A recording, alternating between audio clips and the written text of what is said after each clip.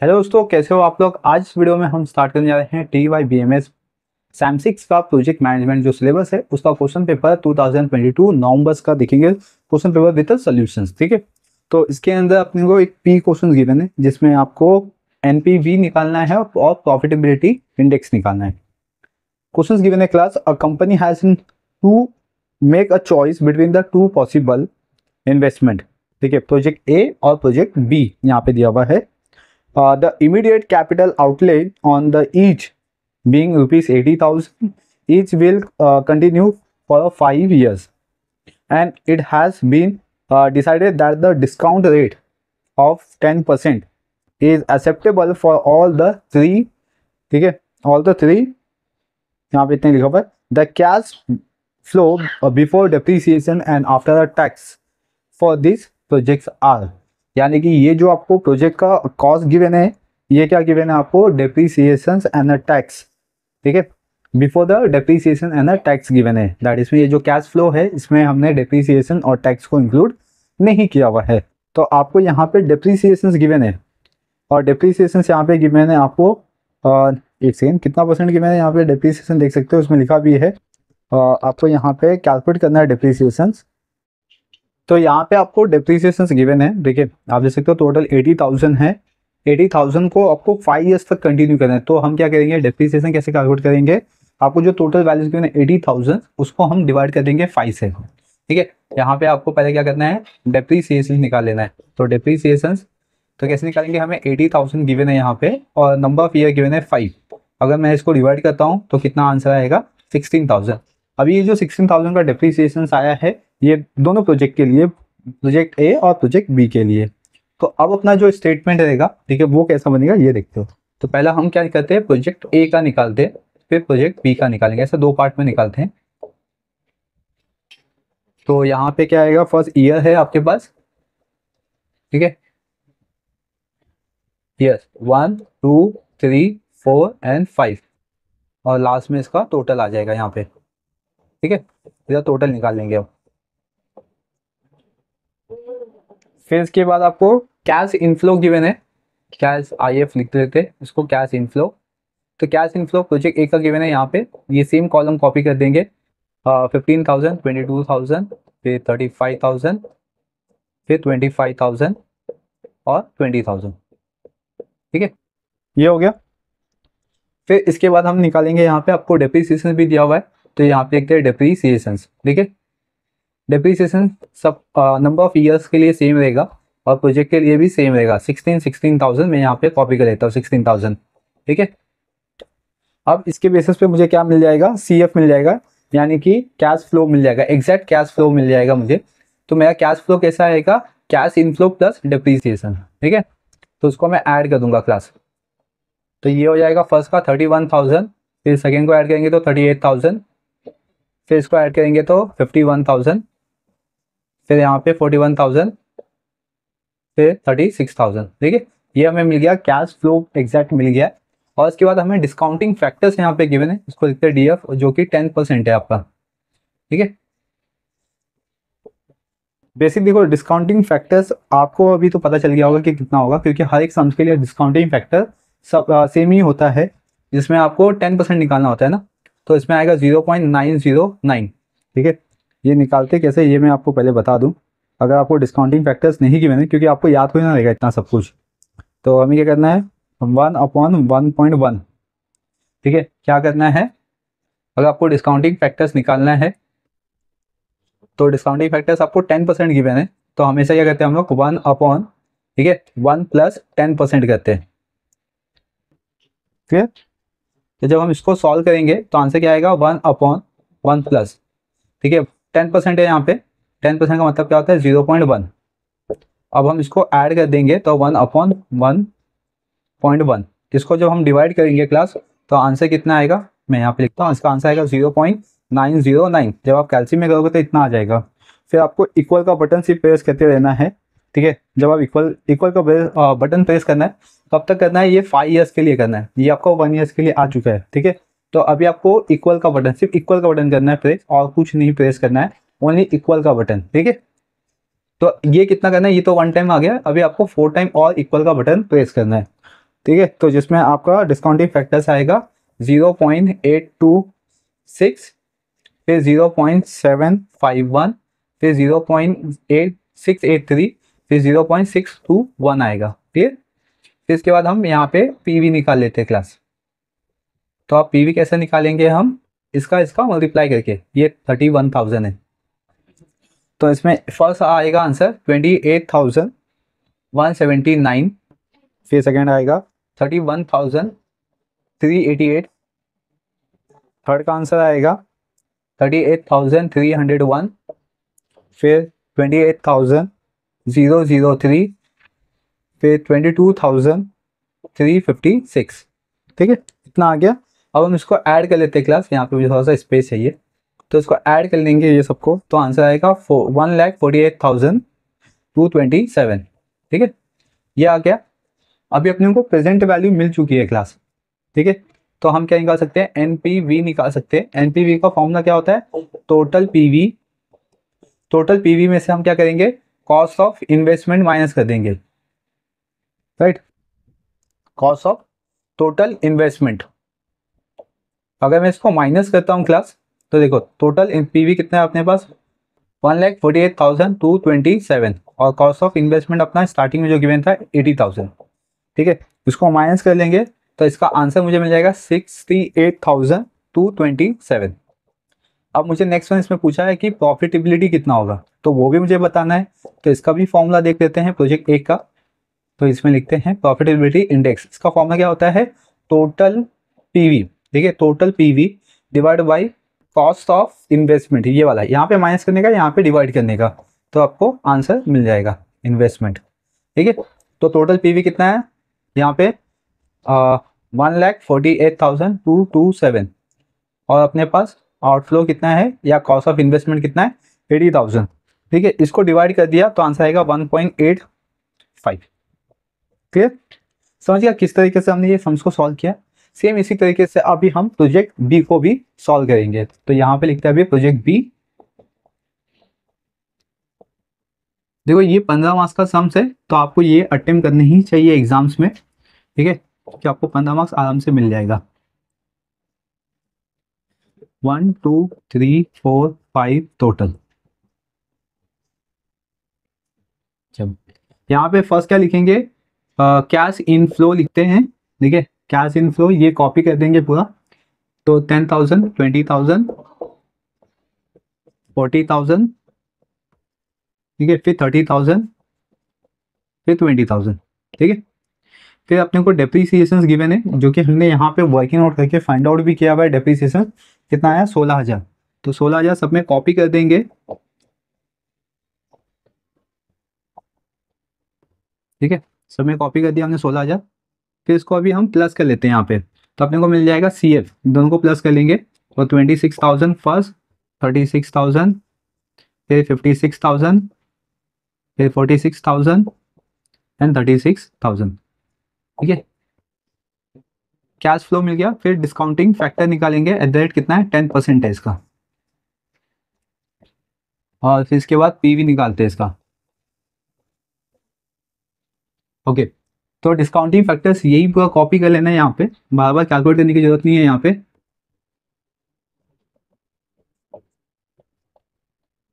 ठीक है, मैं यहाँ पे इसको कॉपी कर ले रहा हूँ। अब हम इसका मल्टीप्लाई कर देंगे। ठीक है, चलो मल्टीप्लाई करके देखते हैं आंसर कितना आता है। फर्स्ट का आएगा 23,634, यानी कि 23,634, फिर 29,736, फिर फोर्थ का करते हैं 42,056, फिर 31,418, एंड लास्ट आएगा 22,356। अब हम इसका टोटल भी कर लेंगे क्लास, तो 1,49,200 यहाँ पे आएगा। अब इसके बाद इसका क्या निकालना है, एनपीवी निकालना है। ठीक है, एनपीवी का फॉर्मूला मैंने यहाँ पे लिख दिया है, तो इसलिए मैं यहाँ पे फॉर्मूला लिख रहा हूँ, यहाँ पे सीधा हम वैल्यू सब्स्टिट्यूट करते हैं। ठीक है, तो टोटल पीवी कितना है अपने पास 1,49,200, जिसमें से हम माइनस करेंगे इनिशियल कॉस्ट या कॉस्ट ऑफ इन्वेस्टमेंट, जो कि दोनों का सेम है। तो इसमें आंसर आएगा 69,200। ये हो गया। अब इसके बाद निकालेंगे हम लोग पीआई यानी कि प्रॉफिटेबिलिटी इंडेक्स निकाल लेते। फॉर्मूला से यहाँ पे है तो फॉर्मूला को रिफर करो, ठीक है। फॉर्मूला यहाँ पे भी लिखो एग्जाम्स में ताकि 15 मार्क्स पूरा मिल सके। तो 1,49,200 को हम क्या करेंगे 80,000 से डिवाइड कर देते हैं, तो अपने पास आंसर मिल जाएगा 1.86। क्लियर, ये मिल गया हमें आंसर। तो जिसका प्रॉफिटेबिलिटी इंडेक्स ज़्यादा होगा क्लास, ठीक है, उसको हमें यहाँ पे चूज करना होगा। लेकिन यहाँ पे बोला कि कंपनी क्या करेगी, company has to be make a choice between the two possible investment. तो कंपनी किसको चॉइस करेगी, मैं चूज करेगी प्रोजेक्ट 1 को या प्रोजेक्ट 2 को, जिसका प्रॉफिटेबिलिटी इंडेक्स ज़्यादा होता है कंपनी उसको चूज करेगी यहाँ पे, ठीक है। तो दैट इसमें क्या आएगा, इसका प्रोजेक्ट बी आंसर इसका आएगा। क्लियर, समझ गए यहाँ पे। तो ये हो गया अपना क्वेश्चन नंबर जो बी था एक्चुअली, ठीक है, सब क्वेश्चन था ऑप्शन के अंदर 2022 के अंदर। तो ये अपना कंप्लीट हो चुका है। अब हम मूव ऑन करेंगे इसके सेकंड पार्ट पे, ठीक है, जो क्वेश्चन नंबर 3 के अंदर है, यानी कि अपना ऑपरेटिंग लिवरेज, फाइनेंशियल लिवरेज और कंबाइंड लिवरेज। तब तक आप इसको नोट डाउन कर लीजिए। बस इतना याद रखिए, अगर आपको डिस्काउंटिंग फैक्टर्स नहीं गिवे हैं तो ये आप मेथड से फाइंड आउट कर सकते हो, डिस्काउंटिंग फैक्टर्स, ठीक है। और अगर डेप्रिसिएशन भी नहीं गिवे हैं तो मेथड क्या, आपका इनिशियल कॉस्ट ऑफ इन्वेस्टमेंट कितना और नंबर ऑफ ईयर कितना, उसको डिवाइड कर दो तो आपको डेप्रिसिएशन अमाउंट मिल जाएगा। ओके, अब हम मूव ऑन करते हैं नेक्स्ट सम पे। ओके क्लास, अभी हम मूव ऑन करते हैं नेक्स्ट सम पे, ठीक है। तो अभी यहाँ पे आपके क्वेश्चंस क्या गिवन है वो देखते हैं। और जैसे कि यहाँ पे देख सकते हो आपको क्वेश्चन नंबर गिवन है पी जो पार्ट है, इसमें आपको फाइंड आउट करना है या कैलकुलेट करना है ऑपरेटिंग लिवरेज। पहले तो गिवन है इसमें कंबाइंड लिवरेज निकालना है, फाइनेंशियल लिवरेज निकालना है और फिर ऑपरेटिंग लिवरेज निकालना है इसके अंदर। क्लियर, तो इस तरीके से आपको क्वेश्चन यहाँ पे गिवन है। तो फर्स्ट हम क्या करेंगे क्लास, इसका टेबल सॉल्व करेंगे क्योंकि इसमें आपको फॉर्म्स गिवन है। आपको दो फॉर्म्स गिवन है, एक है एनएसडी है और दूसरा डीएनएस है। तो आप इसको सेपरेट भी कर सकते हो या तो कंबाइन करके भी कर सकते हो। तो हम क्या करते हैं, यहाँ पे सेपरेट करते हैं। यहाँ पे लिखते हैं फॉर्म्स लिखते हैं, ठीक है, फॉर्म्स, फॉर्म लिखते हैं क्या था एनएसडी गिवन है यहाँ पे, ठीक है। इसमें अभी आपको देखो यहाँ पे पर्टिकुलर गिवन है, पर्टिकुलर्स हो गया और इधर पे एक अमाउंट हो गया, ठीक है। बहुत ही छोटा सा सम है ये, 15 मार्क्स के लिए दिया हुआ है आपको। पहले तो क्या आएगा इसमें, सेल्स आता है, ठीक है। सेल्स, अभी यहाँ पे सेल्स क्या गिवन, देखो सेलिंग प्राइस गिवन है यहाँ पे एनएसडी का और उसका प्रोडक्शन गिवन है, कितना प्रोडक्शन होता है, तो 17,500 का प्रोडक्शन है और सेलिंग प्राइस कितना है 85, ठीक है। तो हम पहले इसका मल्टीप्लाई कर लेते हैं, सॉरी यहाँ पे एक सेकेंड।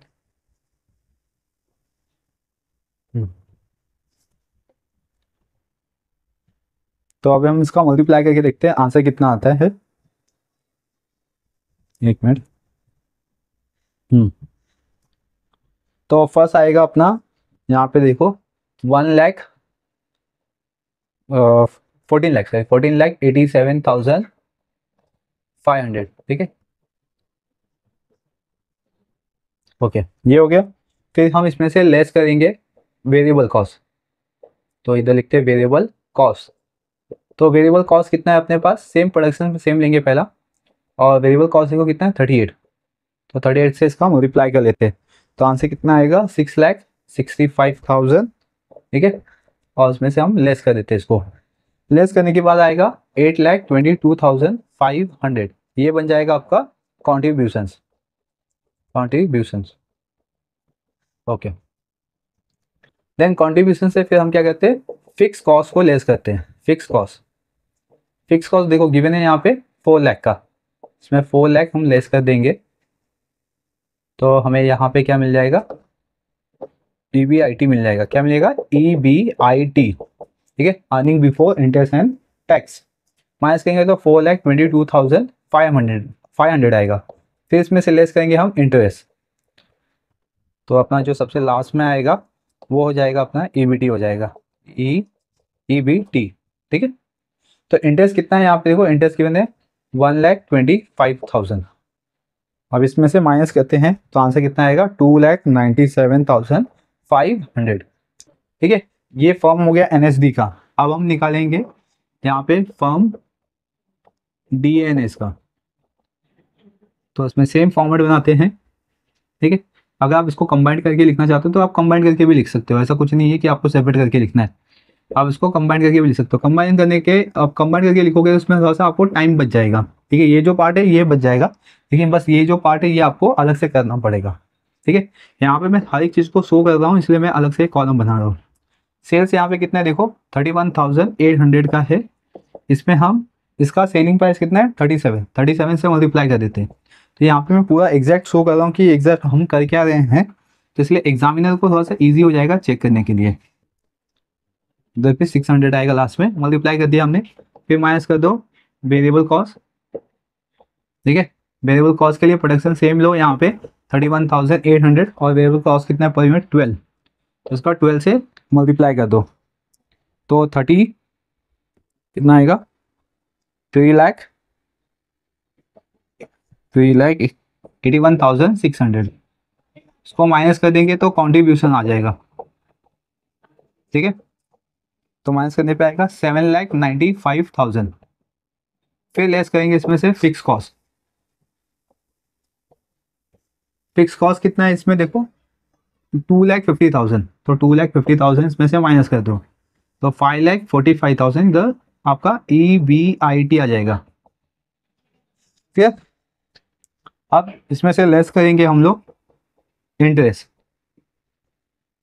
और इंटरेस्ट कितना है यहाँ पे, नील नील मतलब यहाँ पे डैश कर देंगे तो अपने पास आ जाएगा EBT आ जाएगा 5,45,000, ठीक है। अब हम फर्स्ट वन क्या निकालना है आपको, ऑपरेटिंग लीवरेज, ठीक है। फर्स्ट वन हम क्या निकालते हैं, ऑपरेटिंग लीवरेज। तो इसका फॉर्मूला क्या होता है, कंट्रीब्यूशन अपॉन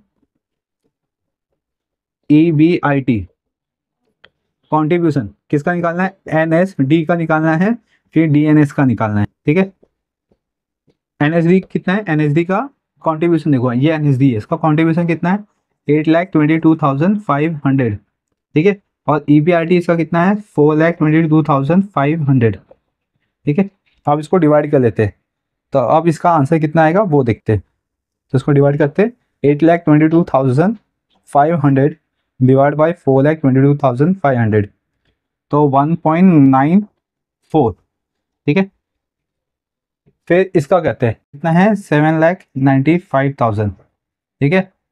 और इसका EBIT कितना है 5,45,000, ठीक है। 7,95,000 डिवाइड बाई 5,45,000, तो आंसर आएगा 1.45, क्लियर। तो ये आ गया आपका ऑपरेटिंग लिवरेज।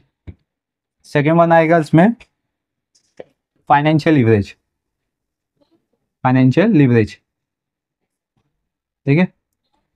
तो इसका फॉर्मूला क्या होता है, EBIT अपॉन EBT, ठीक है। NSD में देखो EBIT कितना है 4,22,500, और उसको डिवाइड किससे करेंगे, EBT किसका कितना है 2,97,500। चलो उसको डिवाइड कर लेते हैं, 4,22,500 को डिवाइड करना है 2,97,000, सही 2,97,500, हाँ। तो इसका आंसर आ गया 1.42, ठीक है। फिर DNS, तो DNS में देखो EBIT कितना है 5,45,000 और EBT भी सेम है यहाँ पे 5,45,000, तो इसका आंसर आ जाएगा 1, ठीक है। अब अपना जो थर्ड पार्ट आता है वो क्या होता है, कंबाइंड लिवरेज। क्या आता है, कंबाइंड लिवरेज, ठीक है। कंबाइंड लिवरेज का फॉर्मूला क्या होता है, OL इंटू FL, यानी कि operating leverage into financial leverage. Okay, तो फिर हम यहाँ पे पहले निकालते हैं NSD का, NSD, ठीक है। इसका ऑपरेटिंग लिवरेज कितना है 1.94, और इसका इंटू करते हैं हम लोग किसमें, फाइनेंशियल लिवरेज, यानी कि 1.42 में, 1.94 इंटू 1.42, एक सेकेंड 42, तो इसका आंसर आएगा 2.7548, ठीक है। फिर आएगा DNS का ऑपरेटिंग लिवरेज कितना है 1.45 इंटू फाइनेंशियल लिवरेज कितना है 1, तो दैट इज में आंसर आएगा 1.45, ठीक है। आई क्लास की ये जो क्वेश्चन था, ये क्वेश्चन भी आपको समझ में आ गया होगा कि किस तरीके से इसको सॉल्व करना चाहिए। देखिए यहाँ पे आपको इस चैनल पे 2019 अप्रैल, 2019 नवंबर, और 2022 नवंबर और 2023 अप्रैल के हर एक पेपर के सॉल्यूशंस मिल जाएंगे। ठीक है, जो थियोरेटिकल कॉन्सेप्ट है, इंपॉर्टेंट क्या आएगा, सबके यहाँ पे लिंक आपको मिल जाएंगे। ठीक है, ताकि आपको कंप्लीट सोल्यूशन मिल सके हर एक पेपर्स का। तो आपको क्या करना है, सिंपल सा चैनल को सब्सक्राइब कर लेना है, ताकि आपको इसी तरीके से अपकमिंग जो वीडियोस है वो मिलते रहेंगे। बने रहिए चैनल पे। Thank you for watching.